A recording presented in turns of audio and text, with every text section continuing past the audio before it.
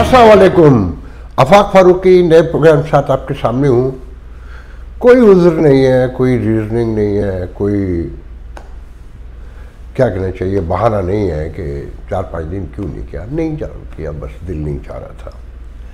आज खबरें तो रोज़ाना ही पाकिस्तान अमेरिका अब तो दोनों ही खबरों का घर है कि यहाँ तो आपने सुन लिया होगा कि जेफरी स्कैंडल जो है, क्या क़यामत तूफ़ान मची हुई है कांग्रेस में, सेनेट में। खैर वो हमारा मौजू नहीं है कि अभी बहुत कुछ सामने आना है। ये वो दुनिया नहीं जो दिखाई जाती रही है, मगर इसी मुल्क में लोग खड़े हो सकते हैं, पूछ सकते हैं, गिरबान नोच सकते हैं, अदालतों को जा सकते हैं। पहले एक दिन बताया था ना कि अगर हुकूमत अपने अवाम पर तशद्दुद कर रही हो तो आइन में है कि घोड़ा अवाम लेके खड़े हो सकते हैं। ये इंसानी तारीख का अनोखा मुल्क है, अजीब मुल्क है, ऐसी सेंसिटिविटी लाख इल्ज़ाम लगाए आप। खैर देखिए जी, 2-3 खबरें बहुत अहम है मेरे नज़दीक जिन्हें मैं डिस्कस करना चाहूँगा। एक तो इमरान के दोनों साहबजादे पहुँच गए, इस वक्त वाशिंगटन में है, संडे की लेट नून में पहुँचे हैं। और आतिफ खान ने जो आजकल हाइड है, छुपे हुए हैं, पब्लिक में सामने नहीं आ रहे हैं, जब से ISI की चीफ से उन्होंने 3 डॉक्टरों की मुलाकात करवाई है, तो वो थोड़ा अवेयर रहते हैं कि उन पर बड़ी लान तैन हुई है, बहुत शोर मचाया गया उन पर, मगर रिसीव करने वालों वही थे। क्योंकि सजाद बरकी जो सबसे अहम ओवरसीज़ PTI के सेक्रेटरी भी हैं और अमेरिका के अकलौते वाहिद लीडर हैं, तो वो बहामाज में थे, तो उसकी डिटेल पे बात करेंगे। फिर जो 60 लोगों को सजाएं सुना दी गई और बज़ाहिर सारे कांटे दूर कर दिए गए, मगर मेरा ख्याल ये है कि नए कांटे बिछा दिए गए हैं। जो नज़र आ रहा होता है वही सारा सच नहीं होता, उससे बात करेंगे। उससे पहले हाँ, मैं ये भी जिक्र कर दूं, मैं बलूचिस्तान में जो वाक़या हुआ है गोली मारने का लड़के लड़की को, मैं उससे बात नहीं करना चाहूँगा। मुझे हंसी आती है, शर्म भी आती है, आप पर भी, खुद पर भी। हम सब एक जहनीत के लोग हैं। ये सदियों का, हज़ारों साल का क्लॉट है। बहुत सी बातें मैं जानता हूँ, मेरा दिल उन पर गवाही नहीं देता कि इन्हें मानना चाहिए, मगर एक दूसरे का खौफ। इंसान क्या है, दुनिया कहते हैं ना, वो दुनिया ये कह रही है। दुनिया कौन है? मैं और आप। हम सब एक दूसरे से डरते हैं, अल्लाह से नहीं डरते इतना जितना एक दूसरे से डरते हैं। पेयर प्रेशर जिसे कहते हैं ना, तो जो एक दूसरे का खौफ है वो ये काम करवाता है। फिर जहालत भी हो, तालीम भी ना हो। ये बहुत तवील बहस तलब मौजू है। मैं नहीं चाहूँगा कि मैं इस पर बात कर सकूँ, और मैं अपने आप को महसूस भी नहीं करता। जो मेरे अपने अंदर के गिल्ट हैं वो मुझे इसकी इजाज़त नहीं देते, मगर मैं ये कहूँगा कि इसके सबके जिम्मेदार आपके घर में हो, मेरे घर में हो और पाकिस्तान में हो, तो यही होगा अगर बस चलेगा जो बलूचिस्तान के संगलाक पहाड़ों में हुआ। मगर यहाँ ये भी याद रखिएगा कि मुझे नहीं पता सच झूठ, वज़ीर आला बलूचिस्तान सरफराज भुट्टी ने प्रेस कॉन्फ्रेंस की और कहा है कि उन दोनों के दरमियान कोई अज़दवाजी ताल्लुक़ नहीं था। वो अलग लोग थे दोनों। एक के 5 औरत के 5 बच्चे थे और बंदे के 4 बच्चे थे, और उसका तारीख़ी जुमला कि मुझे छूना नहीं, गोली मार देना। अब वो दोनों शादीशुदा नहीं थे और आपस में शादीशुदा नहीं थे, मगर शादीशुदा थे, और फिर उनके ताल्लुकात एक बहुत बड़ा सवालिया निशान है। फिर औरत की पाकीज़गी की इंतहा है कि वो गोली खाते हुए न तल्ले डाल रही है, न मिन्नत कर रही है, न किसी के पैर पकड़े हैं उसने, ना वो रोई है, और वो कहती है कि let me go my self, कि मुझे खुद जाने दो। तो तुम सिर्फ गोली मार सकते हो, मुझे छू नहीं सकते। तो ये सब बहुत बड़ा कंट्राडिक्शन है हमारे मुल्क में, हमारे माशरे में। सच्चाइयाँ कम सामने आती है।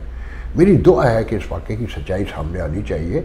बहुत सारे सवाल आते हैं और अगले 2 दिन में मट्टी पड़ जाएगी। सोशल मीडिया का तो ट्रेंड होता है ना कि मैंने देखा तो आपको उकसाया है, आपने देखा दूसरे को उकसाया है। तो ये शौक़ है जो हम लोग पूरे करते हैं, मगर जहन में रखें हम सब ऐसे ही हैं। 1000 से ज़ायद औरतें हर साल हम मार देते हैं, जिंदा गाड़ देते हैं। कोई एक वाकया है। और फिर वो इन्वेस्टमेंट मांगते हैं एक ऐसे माहौल में जहाँ एक मर्द औरत मिल ही नहीं सकते, और अगर लोग चले भी न आए सयाहत के नाम पे, तो आपने सुना होगा कि मेरे ख्याल में खानेवाल का या क्या उसी इलाके का है कि एक मियाँ बीवी डॉक्टर, स्कूल और कॉलेज के मालिक, बाबू टॉप है क्या है वो, कि वहाँ आला फिर सडन पानी आ गया सड़क पर, बारिशें हुई, सड़क डूब गई, वो भी उनका पूरा ख़ानदान गायब हो गया, सिर्फ शौहर बचा। और फिर कहते हैं टूरिज़्म के लिए सबसे बेस्ट प्लेस है। अगर मैं इस पर बात करूँ ना तो आप यकीन कर पूरा प्रोग्राम ख़त्म हो जाएगा, गुफ्तगू नहीं ख़त्म होगी कि 6 वाक़यात हैं मेरे पास जहाँ मुख्तलिफ़ जगहों पे बाप ने बेटे को मारा है, भूख से नंग से आके मियाँ ने बीवी को मारा है। तो एक बेतरतीब माशरे में ये रोज़ के मामूलात होते हैं। हम बड़े से बड़े सहाने को अपने माँ बाप के मरने से लेकर अपने यार दोस्तों के जनाजे भी अगर उठाए हों तो कितना टाइम लगता है उन्हें भूल जाने में। ये तो फिर दूसरे घरों की कहानियाँ हैं। ये रियासत की जिम्मेदारी होती है और वहाँ कभी कोई रियासत नहीं थी। ये खित्ता है, ये मुल्क ख़ास मकसद के लिए बनाया गया है। इसमें जो फंस गया है वो फंस गया है। बस कोई किस्मत हो तो निकल जाए तो निकल जाए। वो फानी का शेर है ना कि फसलें गुल आई या जल आई, क्यों दरे जिंदा खुलता है। फसलें गुल आई या जल आई, क्यों दरे जिंदा खुलता है। क्या कोई कैदी आ पहुंचा या कोई वहशी छूट गया।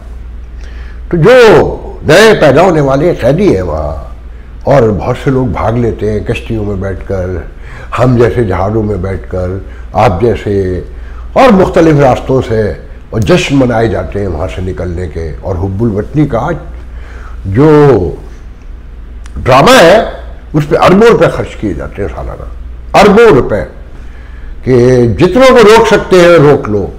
और फिर हरकतें ऐसी की कि दुनिया आपके नाम से खौफजदा, आपकी शक्ल से खौफजदा है। हर आदमी, मुल्क और माशरा चाहता है आप हमसे दूर रहे। हर जगह पाबंदी है आप पर। आपको जापान है, कोरिया है, या इवन इंडिया है कि आराम से वीजे मिल जाते हैं 20-20 साल के, 10-10 साल के, मगर आपको कोई नहीं देता। अशराफिया को देते हैं कि ये जुल्म जारी रखेंगे ताकि उस खित्ते की ज़रूरत जो है वो कायम दायम रहे, शऊर ना फैल जाए कहीं। तो मैं इस टॉपिक पे बात नहीं करना चाहता। बहरहाल देखिए जी, इमरान खान के साहबजादे यहाँ पहुँच गए हैं। सबसे पहले तो मैं ये बता, आपके इल्म में सबको कि 60 लोगों को सजाएं हो गई, जिनमें एजाज चौधरी से लेकर यास्मीन राशिद तक, और किसी को 10 साल, किसी को 2 साल। हम्माद जफर, जो हम्माद अजहर है, उसके वालिद मियाँ अजहर जो मेयर लाहौर हुआ करते थे, उनका इंतकाल हो गया। उसकी बहरहाल ताज़ियत की जानी चाहिए। एक नफीस इंसान थे और मेरे आराई भाई भी थे, मगर नज़रियाती तौर पे हमारा कोई ताल्लुक़ नहीं है।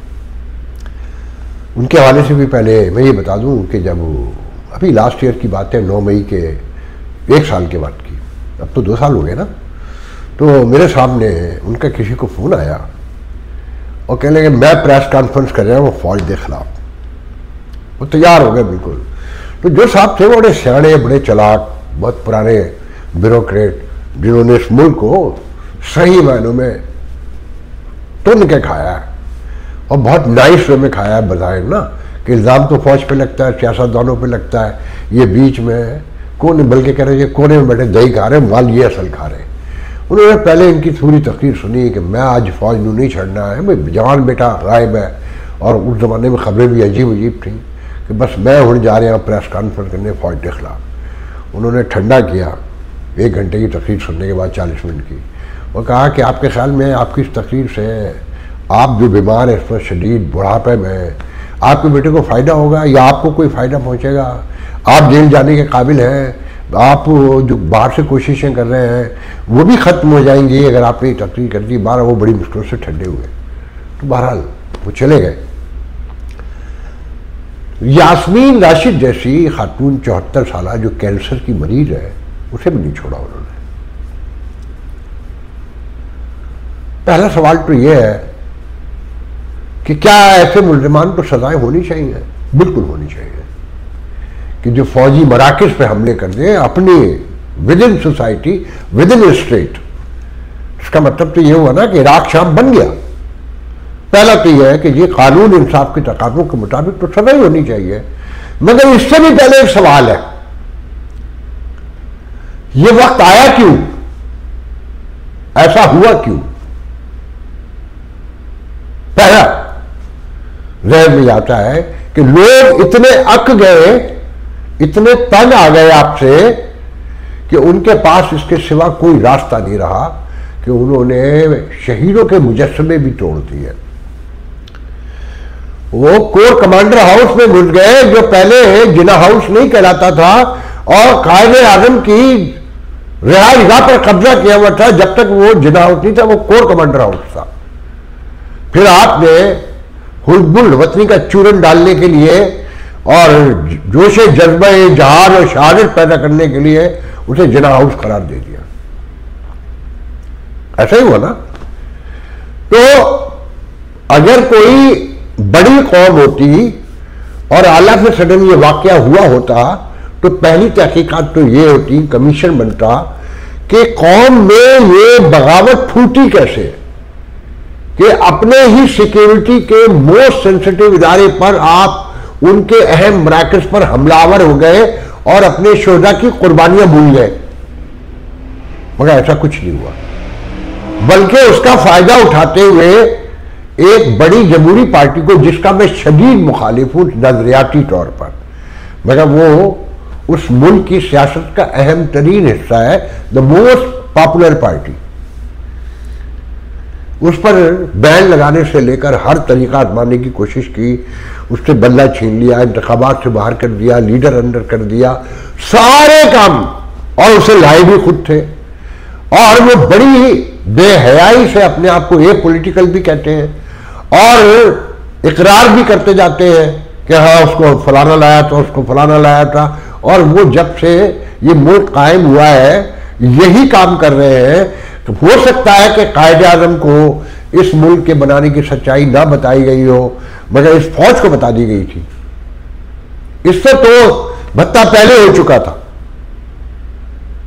वरना ऐसे मुमकिन नहीं था। और वेल कैलकुलेटिव खेल खेला है जिन्होंने भी खेला है, सबको पता है किसने खेला है कि ये बेशरम लोग भी हैं, मैं और आप, ये अपनी औलादों के लिए नहीं निकलेंगे, मर जाएंगे, मगर ये मजहबी कोई कल्ट होगा, कोई फेस्टिविटी वैसे होगी तो पागलों की तरह निकलेंगे, मगर अपने हुकूक के लिए इनका शऊर नहीं है। वरना आप इस ना लगा लेना, ये पूरे खित्ते की बात कर रहा हूँ, आपकी नहीं कर रहा। और स्पेशली ये खित्ता जहां पाकिस्तान ने जहालत का सबसे बड़ा मरकज था कि फौज इस इलाके से थी सबसे ज्यादा। हिंदुस्तान के हिस्से में 19% फौज आई और आपके हिस्से में 33% फौज आई। कितना बड़ा हिंदुस्तान और कितना बड़ा पाकिस्तान, उसको देख ले और फिर इस तकसीम को देख ले तो आपको समझ में आ जाएगा कि इस खित्ते में पाकिस्तान क्यों बनाया गया। आप गौर से चीजों को तो देखे कि 400 अंग्रेज आए थे टोटल, 150 साल हुकूमत करके गए।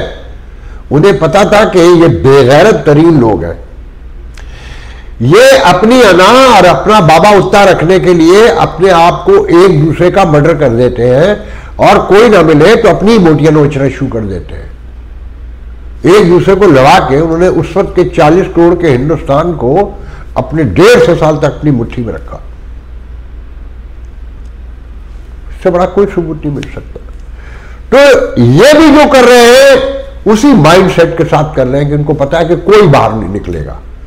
70% नहीं 2000% वोट पड़ जाए इमरान खान को, मगर उसके लिए मरने के लिए कोई नहीं निकलेगा। ये सजाएं हो गई, वही रंडी रोना, I am sorry my language, कि सोशल मीडिया पर रंडी रोना पड़ा हुआ है। मगर हिम्मत है तो बाहर निकलो ना। अगर 9 मई को भी बार बार, सबसे पहले मैंने ही कहा है, उसका भांडा भी मैंने फोड़ा था कि खान साहब ने प्लानिंग कैसे की, उस प्लानिंग को हाईजैक कैसे किया गया और उन्होंने क्या तैयारी की। 30 जून को ये मैंने नथिया गली से बैठ के पूरा आर्टिकल लिखा था। वो आर्टिकल पे चोरी होकर पूरे पाकिस्तान की मीडिया में उसके टुकड़ों से खबरें बनाई गई। मैं आज फिर कह रहा हूं कि अगर उन शहरों में जहां जहां ये वाकयात हुए 9 मई को अगर 2-2 लाख लोग निकल आते तो ये फौज भाग जाती, इंडिया से दरखास्त करती कि खुदा के लिए बॉर्डर खोल दो, हमें अंदर आने दो। मगर आप लोगों की हिम्मत, हौसला, सब कुछ कैलकुलेटिव है, पूरी इनके पास नहीं, पूरी दुनिया के पास। और ये जो आप कहते हैं ना कि अगर भारत ने हमला किया, वो लाहौर आया तो गली गली में लड़ाई होगी, ठेगा होगी, झूठ बोलते हैं हम अपने आप से। दुआ करेंगे कभी ऐसा वक्त ना आए। क्यों नहीं हुई थी जब अंग्रेज आया था? और बहुत सारे, एक लाइन है नेपोलियन से लेकर सिकंदर आजम, पता नहीं कहां कहां में जाऊंगा, तो कभी नहीं निकले आप लोग। घरों में दबक जाते हैं और अपने दुश्मनों की मुखबरियां करते हैं, उसके बदले मालो दौलत लेते हैं। अब मैं आता हूं अपने आखिरी टॉपिक की तरफ कि वो पहुंच गए, उनके दोनों साहबजादे कासिम और सलमान नाम है ना, यहां गलत ले रहा हूं तो सॉरी, वो लॉस एंजलिस उतरे। एक थॉट ये है कि उनकी बहन टेरियन जो उनके साथ ही पली बड़ी है, जमाइमा ने उसे पाला है, वो अब लंदन में नहीं लॉस एंजलिस में रहती है, तो वो डायरेक्ट अपनी बहन के पास उतरे लेट नून में।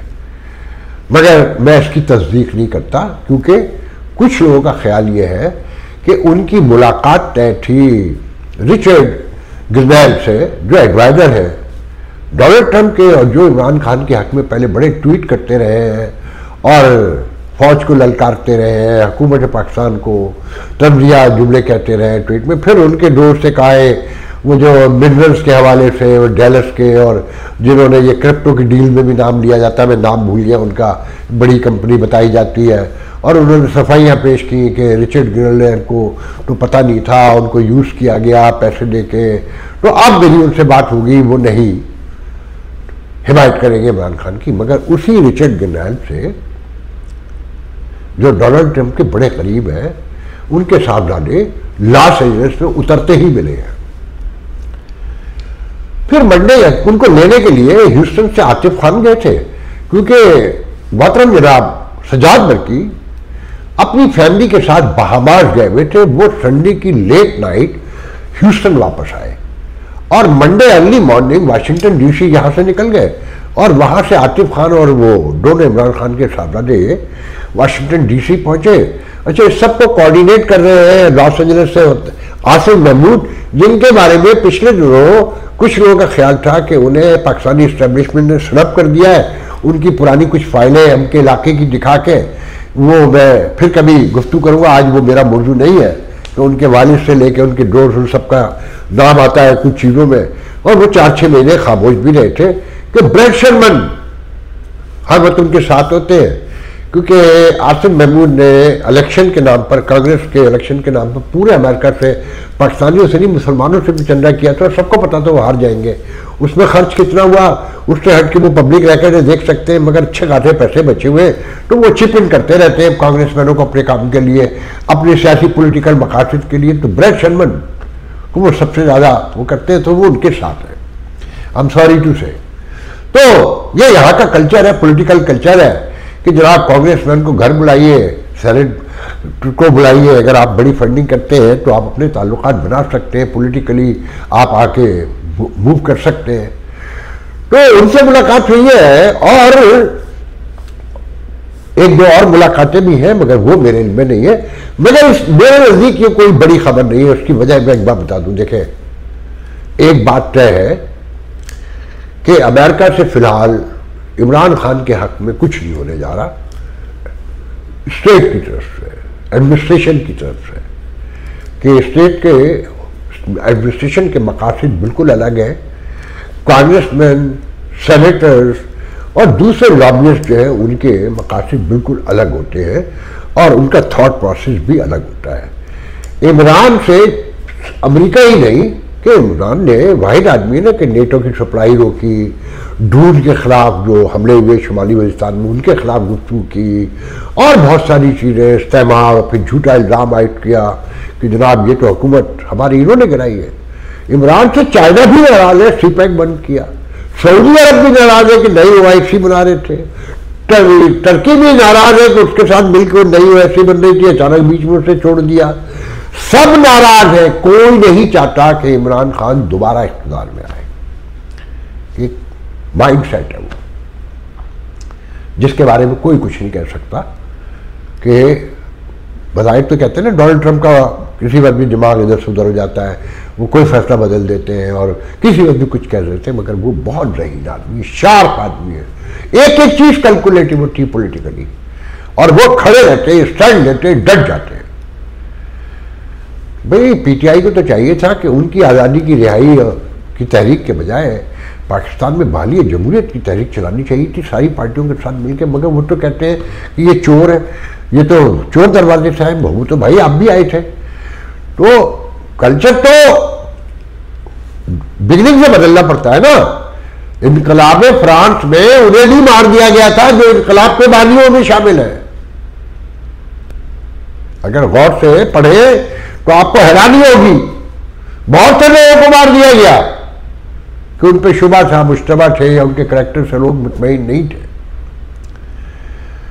जब आप आगे बढ़ते हैं तो बहुत कुछ करना पड़ता है, बहुत कंप्रोमाइज करना पड़ता है। पीपल्स पार्टी ने असगर खान, नसरुल्लाह खान से लेकर हर उस आदमी से सुलह की, समझौता किया और बहाली जमहूरियत की तहरीक चलाई जो जुल्फ़िकार अली भुट्टो के मर्डर में फौज के साथ खड़ा था।